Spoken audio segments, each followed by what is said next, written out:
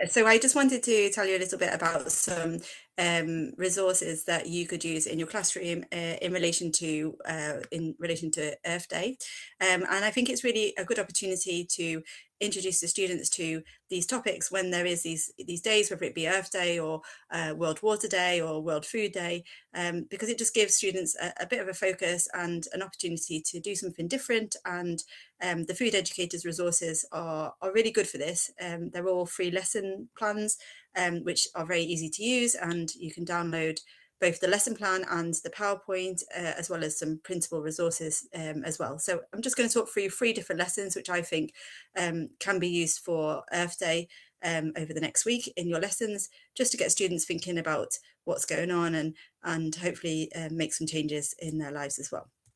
Okay. Thank you. Okay, so the first one is all about eating local food, and I think it's really important because lots of and adults too sometimes don't really think about where our food comes from, and I know I was particularly shocked. I think me and Victoria have spoken about this before, but moving to Spain from the UK, in the UK we always have lots of food, like lots of fruit and vegetables available all year round, whereas when we come to Spain I was very shocked to find, in a good way, but for example, strawberries are now in season and they are absolutely delicious, but once they're out of season in a month's time, that will be it for until next year. And I think it's really good that the students know what food is in season and why it's important to eat locally and to think about what kind of foods are eaten at certain times of the year. You do the next one, please.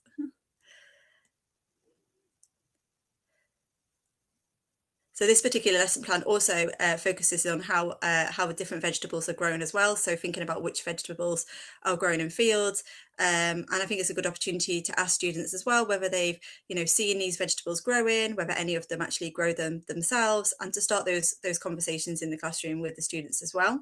And it's also a good opportunity to even start growing some yourself in the classroom. It's very easy, and the students really love it if they get given some seeds and they can have a little opportunity to grow maybe even lentils. You can grow from put in a piece of cotton and watering them, and you can see them sprout out. The younger children especially like that, but also even tomatoes can be grown in a classroom, and the students definitely take on a bit of ownership on watering them and seeing them grow over time. So this is a nice opportunity to do something different as well in the classroom in relation to thinking about how different vegetables grow.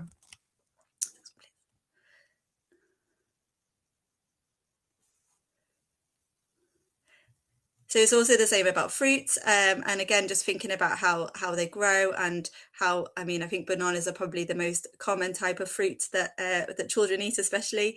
But thinking about how far those bananas have travelled, and thinking about food miles as well in relation to these lessons. And again, what fruits have they actually seen that are grown locally? Do they ever see a watermelon, growing in the winter?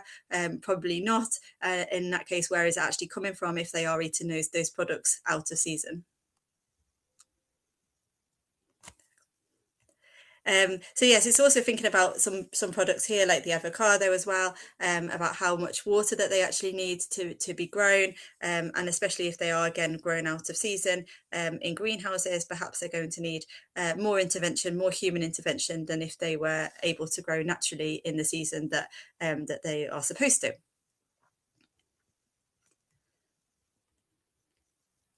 And I think it's also really nice as well. It's a good opportunity to introduce students to thinking about the amount of fruits and vegetables that they should be eating as well. And there's some really good lesson plans on the Food Educators website, which explains all about the kind of five fruit and vegetables a day and about different things that students should be eating to stay healthy. But I really like this particular part of this lesson plan because it also focuses on eating fruit and vegetables that maybe aren't in season at this time. So for example, raspberries or blueberries, but actually they can be eaten frozen with as much nutritional value as if they were eaten fresh. And thinking as well, engaging students in those conversations about how to eat those things if they are frozen, maybe putting them into porridge or yogurts, and getting ideas from the students is a really nice way to kind of get students thinking a bit outside the box and getting interested and excited about food. And again, with the canned and pickled food, again, this is something that if you are able to do in your classroom, it's really nice to do with the students as well. And then the second lesson I wanted to talk about, which again links to what the previous presenter was talking about in regards to food waste. I'm thinking about the difference between food loss and food waste, because in the food system, often food sometimes gets lost due to poor harvests, but the food waste is something that we actually have control over. And sometimes when I teach this lesson to my students, I often bring in lots of food that is that is normally wasted, maybe from my house, and then show it at the front, and then we start to think about the food that actually we throw away, and why we might throw it away, and actually maybe this isn't something that is very good to do, and ways in which we can be more effective at reducing food waste. So things like making shopping lists, and making sure that we eat our leftovers, and maybe only plan meals for what we need. And it really, again, gets students thinking about all of the things that they do to try and, well, awareness of how much food that they actually do waste, and then trying to make improvements on that from the lesson plan. And again, I think, as the last presenter said, sometimes actually it's just getting the students thinking about these things. And I think this is why these Earth Days and other days in the year are just a really nice opportunity, because I think, you know, ourselves included, sometimes go about our daily lives, and the students too, you know, eating food perhaps that's not in season, or maybe wasting food and not really thinking about where their food actually comes from. And if they start to think about the cost of food in terms of the fact that they're wasting money by throwing food away, the fact that some people in the world don't have enough food to eat, and the cost to the environment in regards to all of those wasted food miles or water that has been used, and then the food doesn't even get eaten. I think it just really makes this just students have a little bit of a think about what's going on, and how we can make things better. And then finally, that lesson plan ends with a really nice quiz, which gets students to think about, it's a 10 question quiz, and gets students to think about how long they can keep certain foods for, what foods that they can eat, how they can make use of the green stems that come out of carrots, for example, or how long they can keep rice in the fridge for. And it's really nice, again, just getting students to work in groups, and to be a little bit inventive about their food. And I think what's really nice about all of these lesson plans is that sometimes we can, students get given lots of information about maybe some of the things that we're doing badly as human beings, whether we're using too much water or not eating, you know, throwing away too much food. But a lot of the lesson plans always come up with solutions, and getting the students to have ownership and make some positive changes.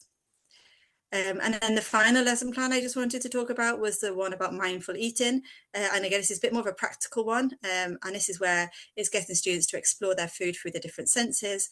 So they get given a piece of food, and they can start by, before they even eat it, they have to think about how it smells. Is it like, you know, have a certain texture? What does it feel like? What does it look like? And really just getting students to slow down and think about the food that they are eating. And that's it really for me. Those are the 3 lesson plans that I think are really useful for Earth Day, but there are many lessons on the Food Educators website. All are completely free. They're also in a wide variety of languages, which is brilliant. So you can be used in the classroom either as a one-off event for Earth Day, or you can actually use them as a series of lessons as part of schemes of work as well.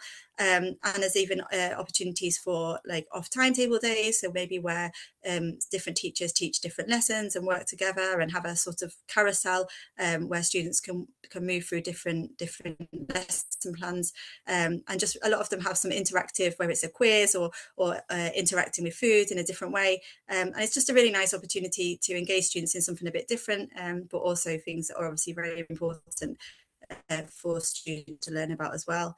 And whenever we've done it in my school, we've always had reports from the parents as well, just to say how good it is that their students are learning about this, and lots of parents you know, think it's really valuable that the students have this education about food and sustainability in their classroom as well.